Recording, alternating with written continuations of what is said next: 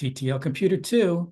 Today we're going to be looking at our memory address register circuit diagram and printed circuit board design.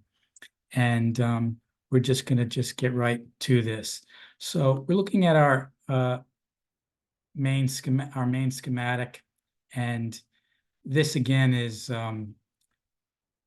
largely identical to our digital simulation design and is roughly the same design that we realized for our program counter. So we're not going to go through this in a great level of detail. The main differences here are between the memory address register board and the program counter board is that the program counter board is 8-bit output and the memory address register is 16-bit output. So we see that we have Q0 to 7 on our low order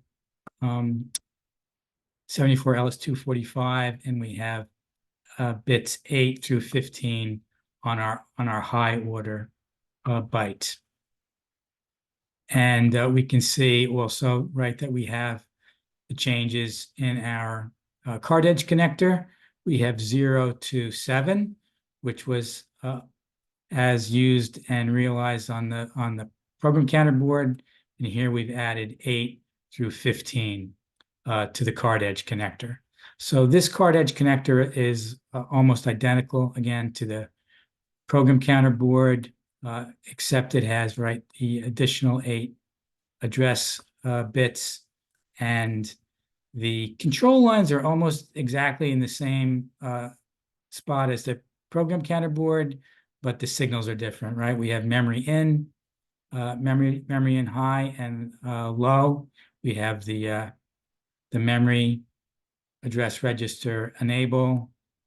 We have only one counter out signal rather than 2 that we had on the program counter board, where we had a high and low. We just have counter out for the memory address register. And we have our clear line and our clock signal. Okay. So other than that, yeah, those are the changes. Now, I did make a change from our digital simulation. Our digital simulation, I had removed the counter out signal and just had these hardwired, so it was always active. I changed that. We originally had these the counter out signals, and I had removed them when I skinnied down the design, but I put those back because I don't want to have any cards, actively driving the bus lines or any of the signals, all the time. I want those to have an output enable signal.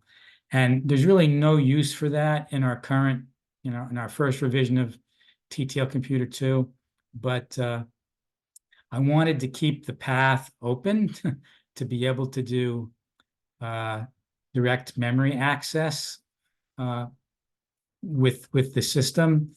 And we would have to implement a control card change to really be able to do that. But I didn't want to have any of the secondary cards, directly driving the bus lines.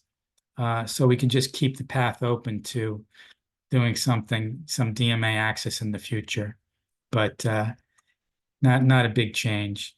And then we also have our look at our printed circuit board design.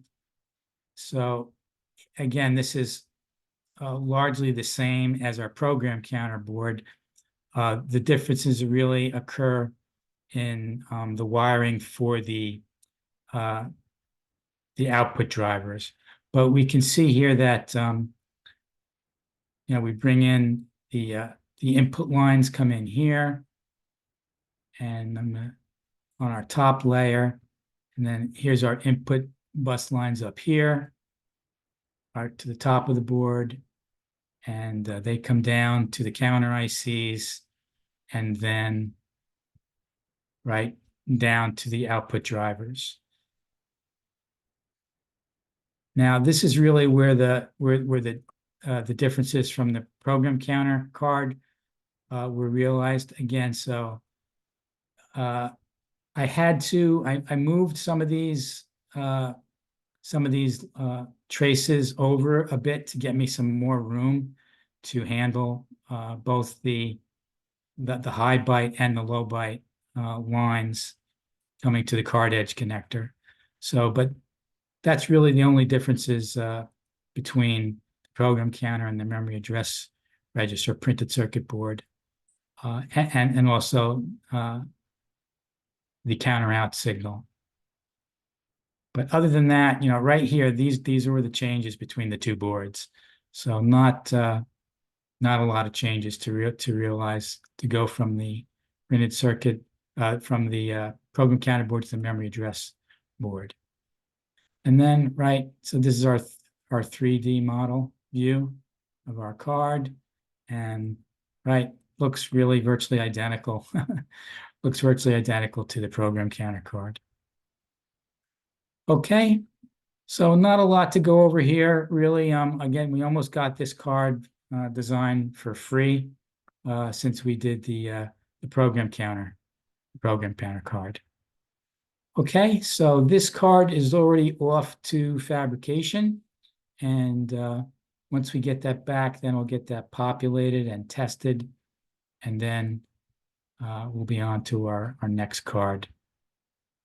Okay, so just a short one today. Until next time, that's it. Thanks for watching.